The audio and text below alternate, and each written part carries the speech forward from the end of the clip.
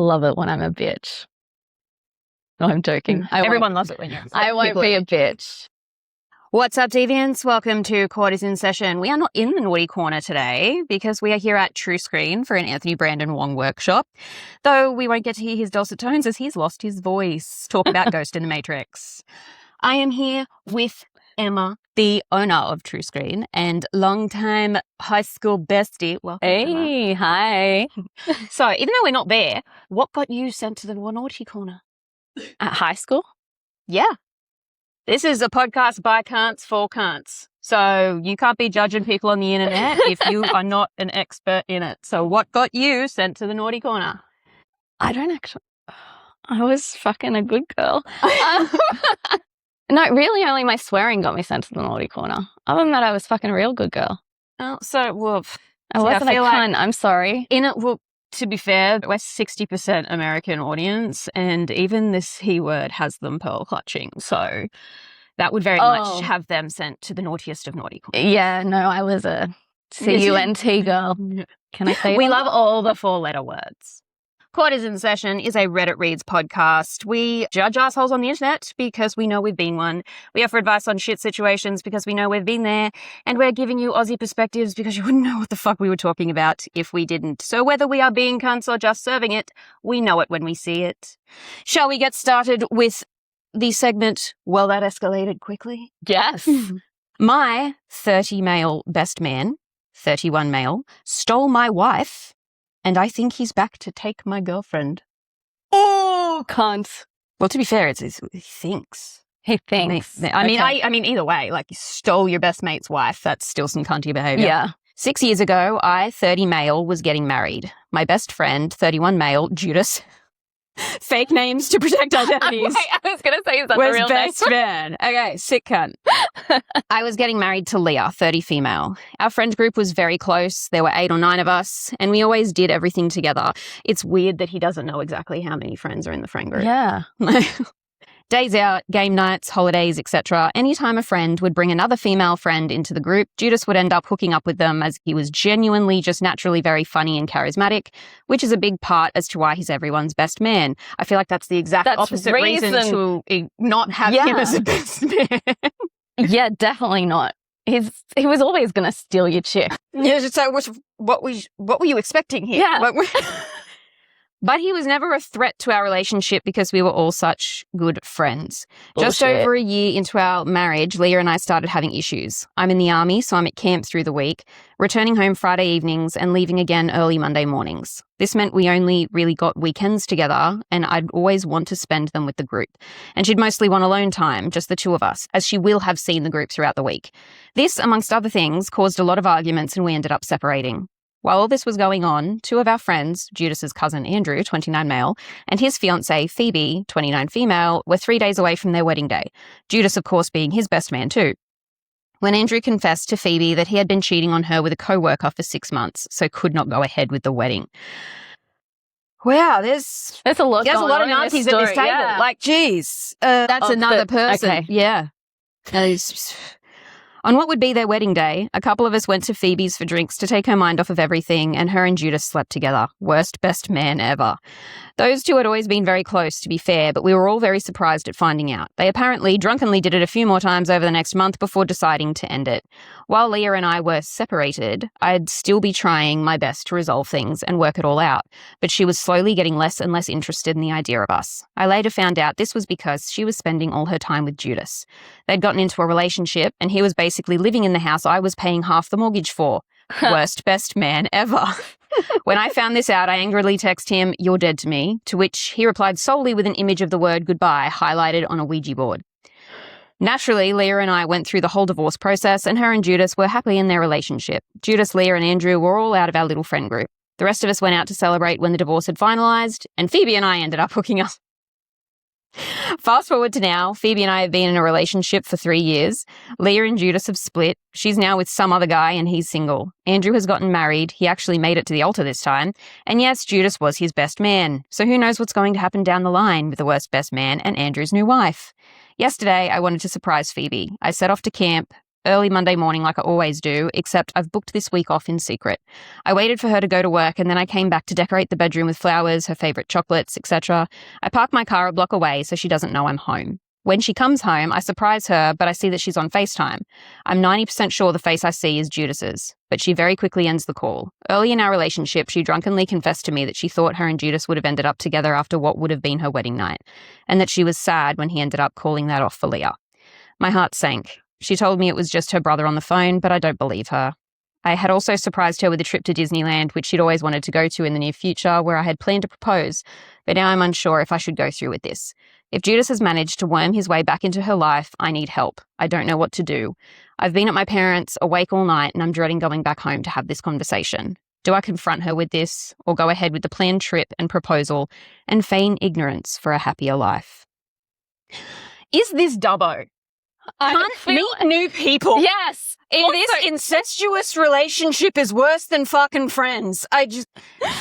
You need to expand either your circle. Have the orgy or move on. Have the orgy, then move on. You need to get some conclusion, some closure, and then just never fucking speak to each other again. It's also too much. If they started with 6 or 7, they're down to 3. So that's fairly simple logistics wise. If we're talking, find more people. Confront her and move on. Also, does Judas have like a magical dick or something to move through that many people? Well, if you're within the charismatic enough, you don't need to. Yeah, that's true. People just want to fuck for the vibes, man. Doesn't matter what size it is or even if they're good with it. You're having a good time. I just love that Judas is moving through the friend group. Yeah, you're going to be nailed to a cross soon enough. Yeah. They traded in a dating pool for a dating puddle. That's good.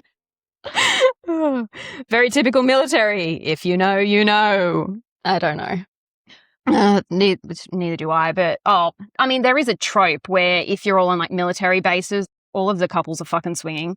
Okay. Apparently. I wouldn't know. But, fucking hell, mate. Wow. That was a very long story. Some of them can get that way, but I'm here for the context. Yeah. I'm like, yes, I need to know why the colour red upsets you. Yeah. Like, that makes sense. There was just a whole lot going on. We could make a spider web out of that weird who Judas has gone through. A family tree turns into a fucking family bush. Yeah. It's just a series of vines. It's more like a little shrub for them, but coming to us from the Best of Redditor updates, which basically means we have like updates from the original story that helps us get a conclusion. Oh, okay, cool. Am I the jerk for accepting a prosthetic leg after cancer, even though my 11-year-old brother thinks it's unfair? What? Okay. Questions are raised. April 23, 2025. I, 18 female, had cancer, bone cancer. It started in my thigh and spread fast. The only way to stop it was to amputate above the knee. I was 16 when I lost my leg. I'm 18 now and just barely putting myself back together. The last 2 years have been a whirlwind of chemo, pain, isolation, feeling like I was just fading. I missed most of school, missed friends, missed being a teenager, and when it was all over, I was left with a stump, a pile of trauma, and no real plan for how to feel human again. The doctors said I was a candidate for a high-functioning prosthetic, a bionic leg. Sick. So cool. It wasn't just cosmetic. It would give me a shot at walking properly again, going to uni on my own, even being able to do stairs without crawling. It's expensive, though. The NHS, so this is the UK, covered some, but not all. That's when my mum stepped in. She said we could use part of a savings fund she'd kept for emergencies and future needs, some of which was apparently meant for my little brother, 11 male. He's neurodivergent and has always needed a bit more help. He's smart and sweet, but also very emotionally intense. I feel you, my guy. My mum calls him her sunbeam, and honestly, the house has revolved around him my entire life. She helped me get the prosthetic. It changed everything. For the first time since the amputation, I could walk more than a few meters without crutches or collapsing from exhaustion. It's not perfect, but it's given me a future. Now, here's where things went sideways. Last week, my little brother had what my mum calls a bad emotional day. He told her he was sad because everyone paid attention to me and I got a robot leg and he didn't get anything. That's a fair thing to be upset about, honestly. He said it was unfair that I got something cool and expensive when he didn't. Instead of explaining the obvious, that I lost a leg, that this wasn't a gift, that it wasn't about fair. Also, it's perfectly fair. You lost a leg, you got a replacement leg. That is fair. My dude, you have both legs. My mum sat me down and said maybe she shouldn't have spent so much on me without thinking of how it might affect him emotionally. No, that's fucking bullshit. My girl, this is why men are the way they are. Let them feel their feelings. For the love of fucking God. Let them not get what they want so they know how to cope with that when they're an adult, when they're big enough to kill us, please. I didn't know what to say. She said she regrets not waiting until he was old enough to understand. What? He is. He is, yes. And what? She's just going to make you not have a leg for how many years? Nah. That he's very sensitive and I need to try and see it from his side. I can assure you, she does. Him being sensitive is totally okay. Let him be sensitive. You can't use those facts as a means to deflect from your parental responsibility. And now I feel like a villain for surviving, for walking again, for not being smaller, quieter, easier to ignore. I didn't ask for any of this. I didn't ask to lose my leg. I didn't ask for her money. I didn't ask to be born into a family where even surviving cancer somehow feels like a competition I was supposed to lose. Am I the jerk for accepting a bionic leg, knowing it came from a fund my mum also set aside for my younger brother and knowing he's hurt by it? Because right now, I feel like I'm being punished for not dying. Wow. My darling. No, Your you're mum's not going a to jerk. get over that. Yeah. And if she doesn't already, which I feel like she would have as soon as she said it, regret saying that. Because again, when you're talking like 11 years old, and autistic lads in general do tend to have that added entitlement to them. But there will come a day when it's clear that there is no protecting him from just copying what's not coming, that he will just have to live with it because the world isn't going to pander to him the way she will. And if she doesn't start, then that's only going to make it worse as he gets older. It's going to make it harder for him to cope. So you need to put in those hard yards now when it's younger and more low stakes stuff. So that way, when it's a bigger deal, when we're talking adult issues, he actually can have strategies in place to be able to manage those things. Otherwise, it's going to be a hell of a lot bigger of an issue. But all I can say is that when it comes to all of this, none of it is about you. Your mum was like, yeah, we have the money, we can get you this bionic leg. That's one problem solved, so I can go back to focusing on what is going to be the ever ongoing problem. She didn't think about the potential emotional impact that it was going to have with him, which honestly, as an autistic, I don't know why this particular left sock is pissing me off today. I couldn't tell you. So it's often impossible to try and predict that stuff, but all the more reason why it should be a learning process as you go. And your mum's probably stressed the fuck out at trying to manage this day in, day out. But the only way out is through. So you can't, I understand why it's absolutely hitting you personally.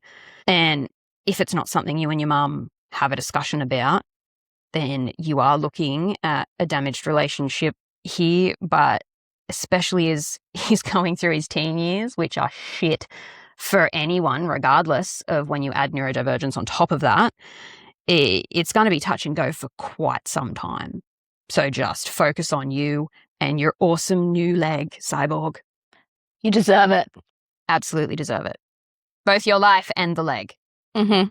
So there is an update 4 days later. Oh, okay.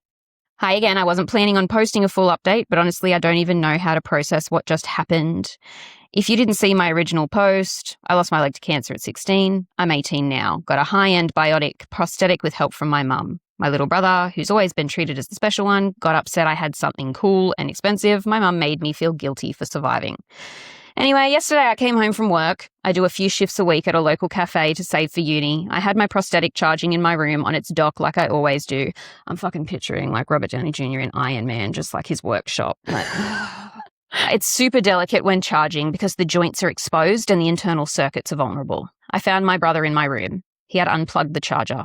He was trying to make it move manually, bending the knee joint, yanking the ankle around to see if it would walk on its own. I yelled at him to stop, but it was too late. The main knee motor made this awful grinding sound and the whole leg sagged like a broken doll.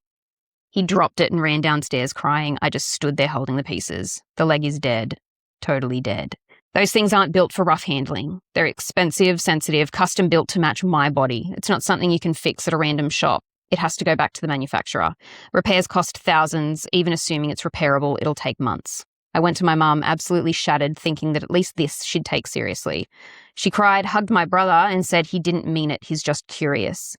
Then she told me, you need to be more understanding, he's only 11, it's not like he knew how important it was. I honestly don't remember much after that, I just felt myself shutting down. No apology, no promise to help fix it, no acknowledgement that without that leg I can't walk more than a few meters without pain, that I can't go to work, that I can't go to uni like this, that I'm being dragged back to being helpless because a kid wanted to play with my body. The final blow, she said it was in my room charging in my private space. Now I'm trapped. I can't afford repair on my own. The grant money is long gone. Insurance might cover some of it, maybe, but the deductible is massive. And my mum made it very clear she won't be helping again. I don't even know what to do. I feel invisible, disposable. Like the only acceptable version of me is the one who quietly disappears into the background so her sunbeam can shine. I survived cancer. I lost my leg. I fought to be able to stand on my own again. And now it's broken because an 11-year-old thought it looked like fun and no one cares. Ma'am, I would sue your mother. You are 18, so you can. That is tantamount to property destruction of well over $100,000 worth of machinery. Why were there not rules around touching it? I mean, honestly, my gut reaction would immediately have been to have a lock on the door, but I also know me as an autistic ADHD, I would have gotten in. And I also know that as that 11-year-old, I also would have been curious. And I also would have been the fucking dumbass not realizing that something like that works like a functional human leg. And if you twisted that on a human, it would also break. Yeah. But yeah, in this case, it's the mother's responsibility here. Fuck, I'm sorry. That fucking sucks. There's an update too, and I'm just really hoping it's handy. Please make it better because I want to actually punch the mother right now. This is 6 days later. Hi again. I didn't expect this many people to care. Honestly, just having strangers tell me I wasn't crazy or selfish meant more than I can explain. After my brother broke my prosthetic, my mum basically blamed me for it. Something inside me cracked.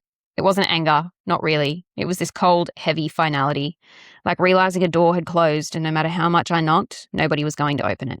I stayed in the house a few more days. It was unbearable. Every time I saw my mum and brother, it was like nothing had happened, like my life just hadn't been shattered again. No offer to fix the leg, no plan to replace it, just silence. Awkward family dinners. My brother bragging about how he figured out how the robot leg worked like it was some science project. So I made a decision. I called my dad. He and my mum are divorced. I've always been closer to him but didn't want to burden him before. I told him everything. He was furious. He showed up the next morning with his truck and said, "Pack what you need, you're coming with me." It wasn't a dramatic screaming match. I didn't even cry. I packed a duffel bag, grabbed my schoolwork, my clothes, what was left of my dead prosthetic. I left behind photos, decorations, anything that felt too tangled up with who I used to be, before cancer, before everything.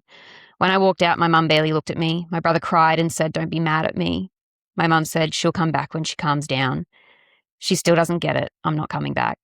I'm living with my dad now. His house is smaller, but it's quiet, peaceful, safe. I can charge my broken prosthetic without fear. I can walk, limp, around without being afraid someone will sabotage me again.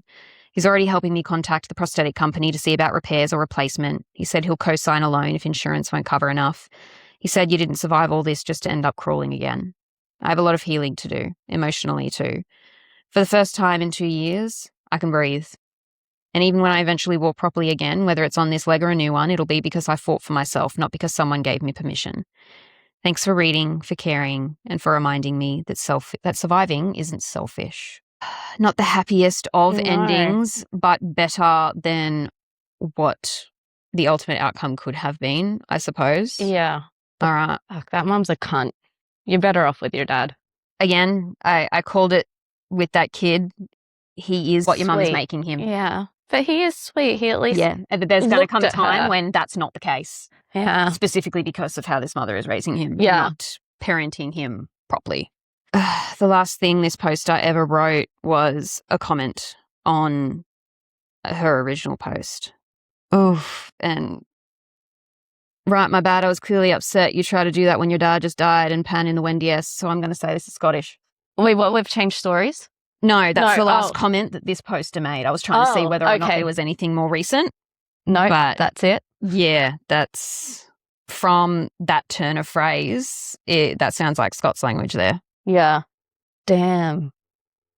These are intense. Shall we move on to a pick your poison? Sure. I'm going to give you 2 cooked fucking stories and you got to tell us which one we're going with. All right.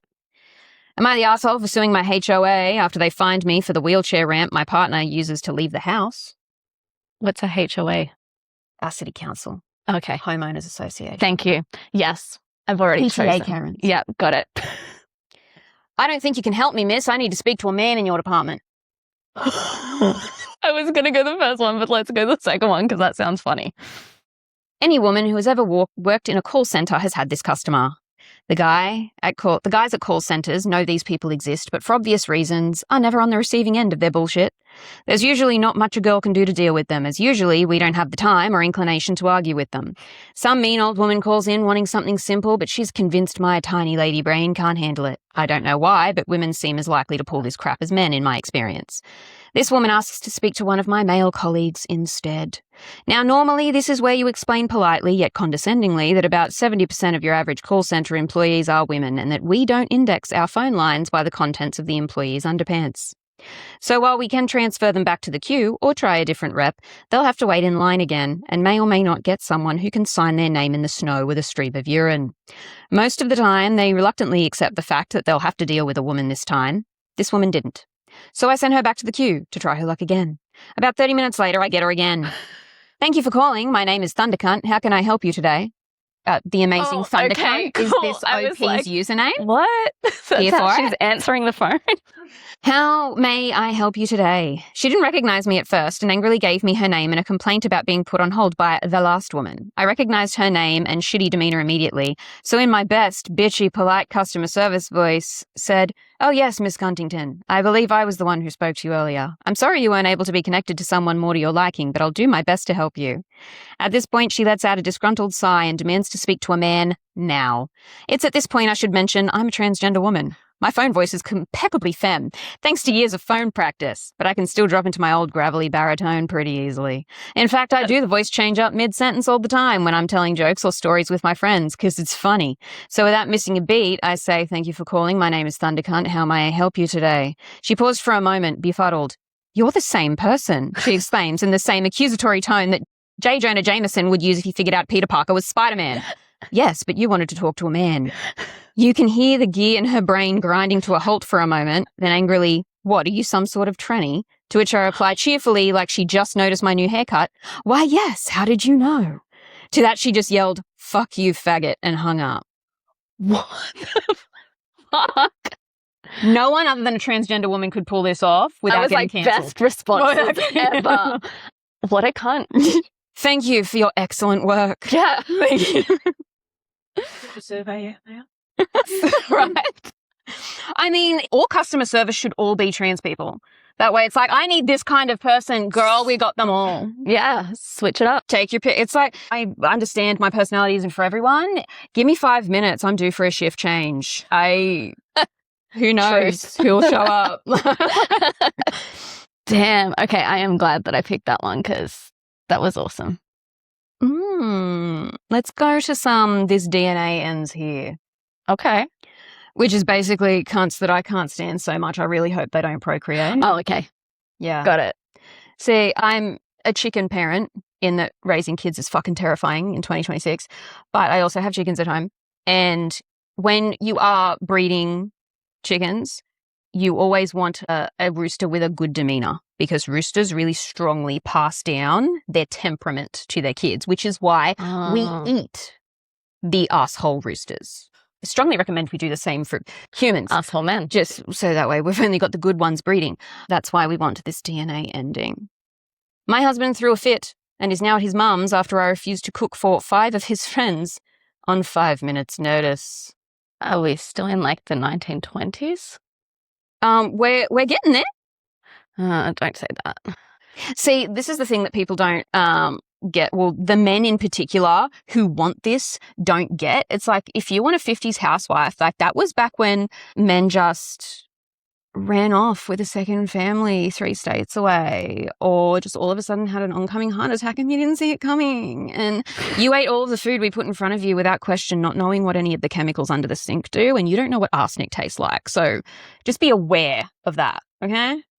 My husband threw a fit and is now at his mum's after I refused to cook for his friends on 10 minutes' notice. I've been married to my husband, James, for 2 years. He comes from a family where the women are expected to drop everything to serve the men. His mother is the type of person who will have a 4-course meal on the table the moment a guest knocks on the door, even if she wasn't expecting them. I, on the other hand, work a high-stress corporate job. I work 50 hours a week, and by the time I get home, I'm mentally and physically exhausted. James also works, but his job is much more flexible, and he usually beats me home by an hour. Yesterday was a particularly brutal Tuesday. I had back-to-back meetings, a looming deadline, and I didn't even have time to eat lunch. I finally walked through the front door at 6:30 p.m., kicked off my heels, and changed into my oversized sweatpants. I was looking forward to eating a bowl of cereal and falling asleep by 9. Oh, she's my lady. Mood. Just as I was pouring my milk, James called me. Hey, he said, sounding way too energetic. Change of plans. I'm heading home now. I've got 5 guys from the gym with me. No, the fuck you don't. We're starving. Can you whip up these loaded nachos and maybe some sliders? We'll be there in 10 minutes. I froze, spoon halfway to my mouth. Has he never cooked a meal before ever I don't in know. his life? I would say Because even fuck just off, you can me just have getting cereal. the ingredients out is going to take 10 minutes. You can't make nachos and sliders in well, maybe nachos on their own if the oven is preheated. But it's my dude. don't cook, wouldn't know. No, why? He asked. The guys wanted to watch the game and I told them my wife is the best cook in the world. They're excited. I felt a surge of pure annoyance. James, I just walked in the door. I'm exhausted. I'm literally eating cereal for dinner. I'm not cooking for 6 grown men. If they're hungry, pick up some pizzas on the way or stop at a drive-through. The tone of the conversation changed instantly. Pizza, that's so impersonal. I already told them you'd make something. It only makes me look bad if we order out. It'll take you 30 minutes to throw something together. Cunt, you just gave her 10. The answer's no, James. I'm not a catering service. If you want them to have home-cooked food, you should have asked me this morning or cook it yourself. He groaned, said whatever, and hung up. 10 minutes later, the front door bursts open. James walks in with 5 guys trailing behind him. Oh my God. It better be the food 5 guys. They all looked at me sitting on the couch in my pajamas, bowl of Cheerios, and the vibe immediately became awkward. Said a polite hello, but didn't get up. James pulled me into the kitchen and hissed, "Are you serious right now? You're really just going to sit there and make me look like I can't provide for my guests? They're expecting food. Then give them the cereal boxes, James. I told you on the phone I wasn't doing this. You chose to bring them here anyway." He started raising his voice, saying I was lazy and unsupportive. He told me that his mother would never dream of treating his father this way and that I was embarrassing him in front of his friends.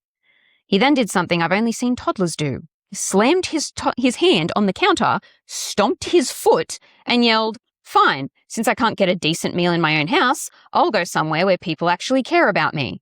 He walked back into the living room, told his friends, "Sorry guys, my wife isn't feeling up to being a hostess tonight," and they all shuffled out looking incredibly uncomfortable. About an hour later, I get a call from his mother. She didn't even say hello. She just started lecturing me on the duties of the wife and how a man's home should be his sanctuary.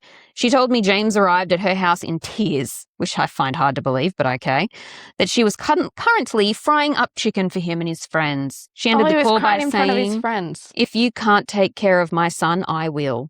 James hasn't come home. Good, you're not fucking done yet. Nah. He texted me saying he's staying in his old childhood bedroom until I learn how to respect him. I'm honestly baffled. I feel like I'm being gaslit into thinking I'm a villain for not wanting to cook a surprise banquet after a 10-hour workday. My sister said I should have just made the food to keep the peace. Fuck off. Was it okay for what I did? Yes, he's a fucking cunt. Yes, you are an asshole. You should have put arsenic in the sliders. Apparently. Yeah. Which I believe does happen. Does it make you funny? Yes. Fucking angry, Lisa. That's the whole point. I can't listen to this pair talk about that. It's really hard for me to get angry. Cunt, I am ropeable 24/7. I am raging in my dreams. I wake up in a sweat.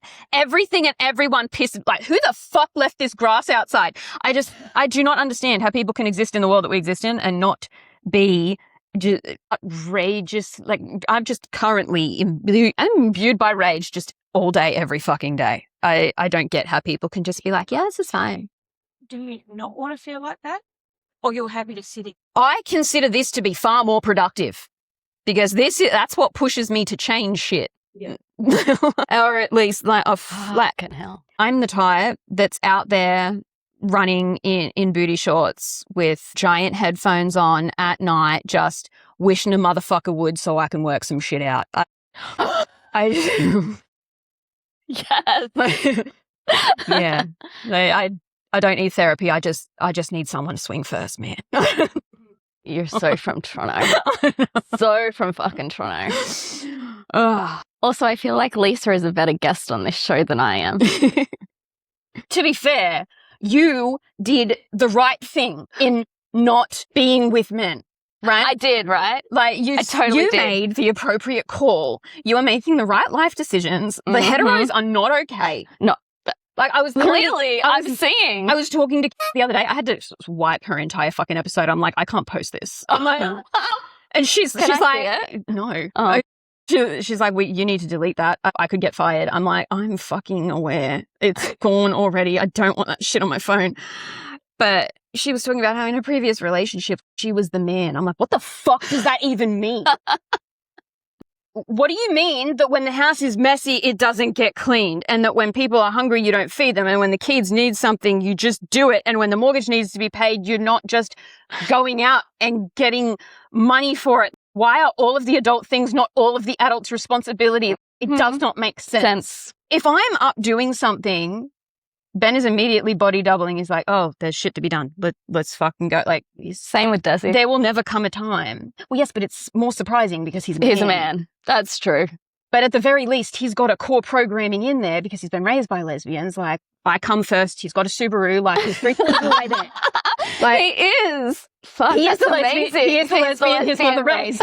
But core programming of if someone else in the house is doing stuff, that must mean there's stuff Stuff to be done. And therefore, I have stuff to be doing. Yeah, rather than And just sitting. Too many adult men just don't have that. Because both my husbands, I'm the lazy bitch in the house. I love that for I you. love that, Lisa. They do the vacuuming and the toilets, and That's amazing. I get frightened paying bills and stuff. And I've had 2 good ones, but I've seen some fun ones out there. Yeah. One of them. What? I need to find me one of them. One of them. Yes. I found mine staying on my cousin's couch, but most of them you find at Good Games playing D&D. So you go in there and you find one that doesn't reek of BO, and that's how you know the difference. Yeah. Yeah. Yeah. It's the hygiene factor. If they can take care of themselves, they can take care of anything else. Lateral skills. Husband wants a divorce and a start over because he can't bond with our daughter. Wait, sorry, I missed that. Husband wants to divorce and start over because he says he can't bond with our daughter. The fuck? Yeah. No one reeks Theo. That one does reek of BO or a brain injury. Throw away because I want to fix this and I'm paranoid about more people in our lives finding out. It's also fucked up already and I don't want more stress. My husband, 29 male, and I, 30 NB, have been married for 5 years. I gave birth to our first child in September, a girl. My husband was present for most of my labour, but things went very pear-shaped and I had to have an emergency C-section. The doctors told him to leave the room and wait outside. In short, he did not see our daughter be born. A week ago, he informed me that he wants a divorce and start over on his dreams of having a family. He insists that he cannot bond with our daughter and says it's because he didn't see her being born. He said a lot about how it's always been a dream of his to have this small, close-knit family, and now he can't have that with me because of the C-section and not being in the room. His dad suggested therapy. Yeah. But husband refused, saying he knew it wouldn't work. I've made sure he knows I'm open to the idea if he changes his mind. Why? But he's been very insistent that he knows this can't be fixed. Part of me knows I'm basically asking for a magic spell here, but does anyone have any ideas how, if, this can even be fixed? I'll try to answer any questions anyone may have. I'm just fucking baffled. What the fuck? We're 3 for 3 now on episodes that contain a birthing story where the people who were having the baby had just never had a fucking conversation before. If you have such strong feelings, one way or the other, about being there in the room for your child's birth, why was it not a discussion before the pregnancy? in this day and age that he didn't go into the actual C-section is because I do know those. Sometimes they go for a shit. You can, but it can be like a rush. Oh, yeah, she would have been under general, which means she wasn't also there. She wasn't there for birth either. Thank you for the midwife in the room for speaking up and letting me know what's going on. There's time to get Also- the general and the partners there. So she was asleep. So they both missed it. That guy just doesn't deserve a kid. What the fuck? If you can't bond with that fucking kid, you're fucking... He wants out. If you can't bond with this kid for this reason, then Because honestly, you you're want not emotionally mature enough to be attempting to raise one in any way, shape, or form. Yeah. So you want to start over, you start over by going to fucking therapy and figuring out what's going on there. You don't jump to attempting to have another child with someone else. No. Don't do that. What the... Also, that poor child. What the fuck, dude? Get your shit together. Go to therapy. As someone with a shit parent that should not have had kids, that child will be fine. If he leaves and stays gone, that is the best case fucking scenario. Yes, it is. Yes, it is. But also, what the fuck, dude? He got super issues. If he thinks just because he didn't see the kid come out the vajayjay or the kid come out the stomach.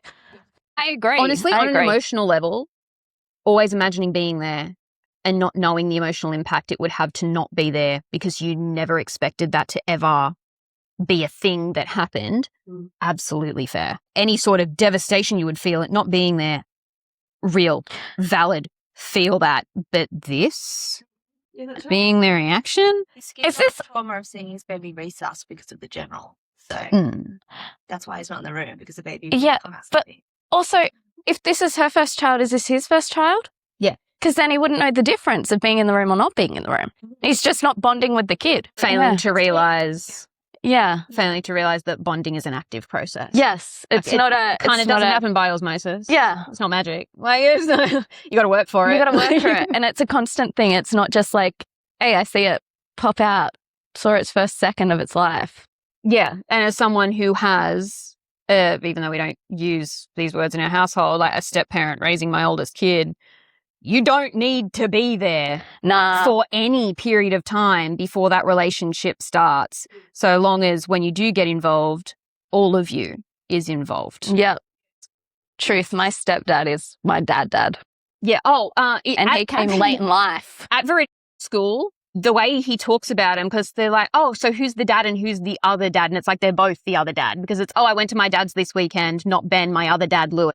Or I was playing Magic the Gathering this weekend, not with Lewis, my other dad, Ben. So it all comes down to the context of the story. All, yeah. But at school, what this means, because I'm never fucking around, because I'm not dealing with school politics or mums or whatever, I can't do that. They just think that has two gay dads.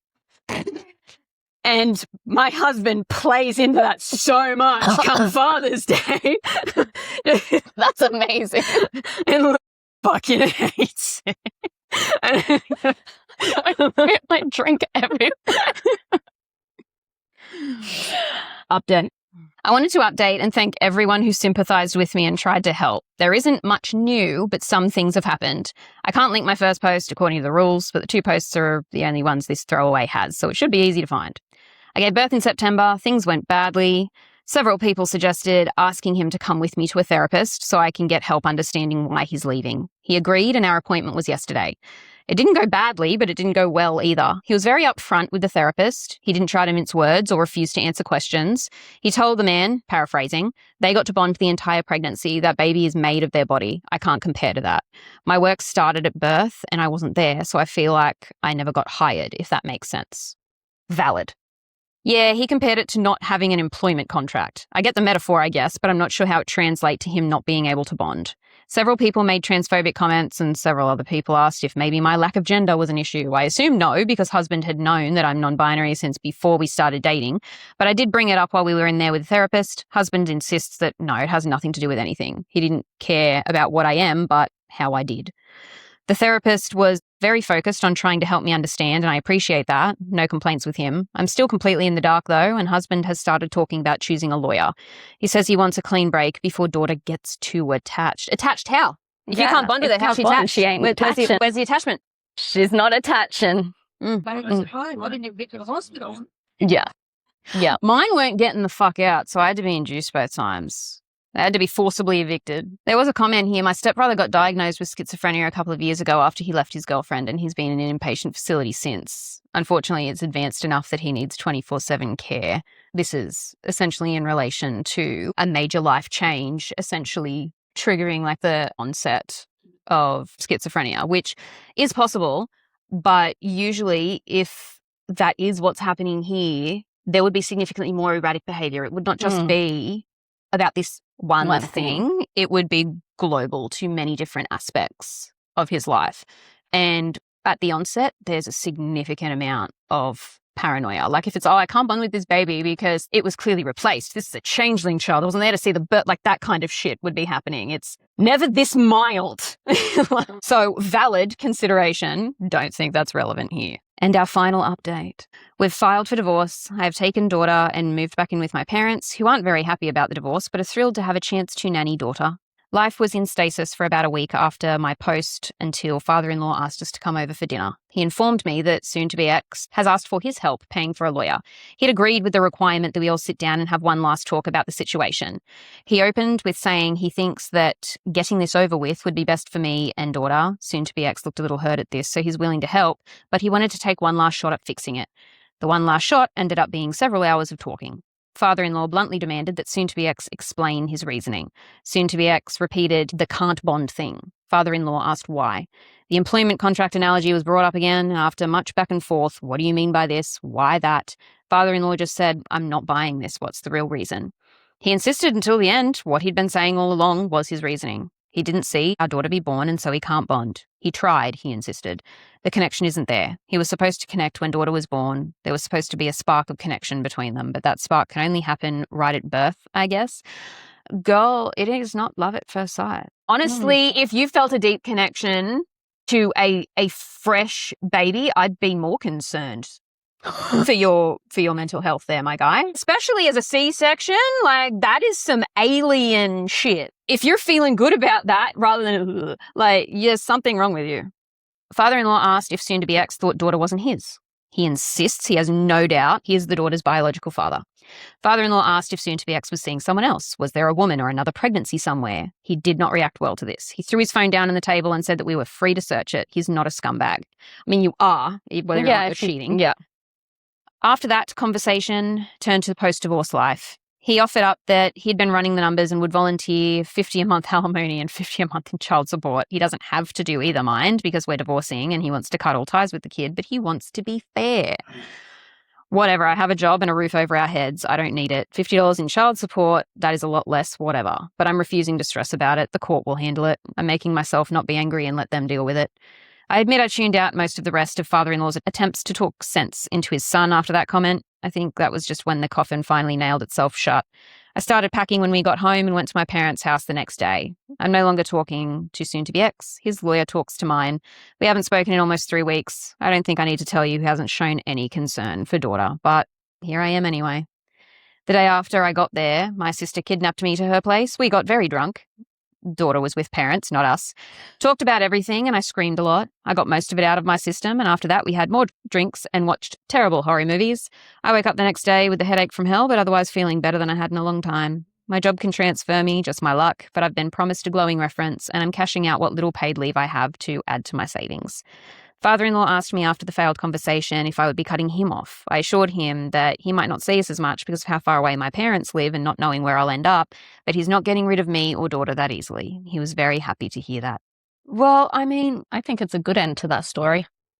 Yeah, like if you're going to be an absent parent, this is the way to do it. Yeah, completely absent. Rather than being an emotionally absent present parent, existing in the same house is not the same as being a present parent or engaged parent. Fuck this guy. Fuck that guy. I do hope dude, get a vasectomy. Don't have any more kids. Don't. Truth. This DNA needs to end here. Like your daughter can keep it, but that's it. Yeah. That's it. Well, thank you so much for joining us here at TrueSCREEN. We've got class to get started. Yeah. Let's go. Bye, guys.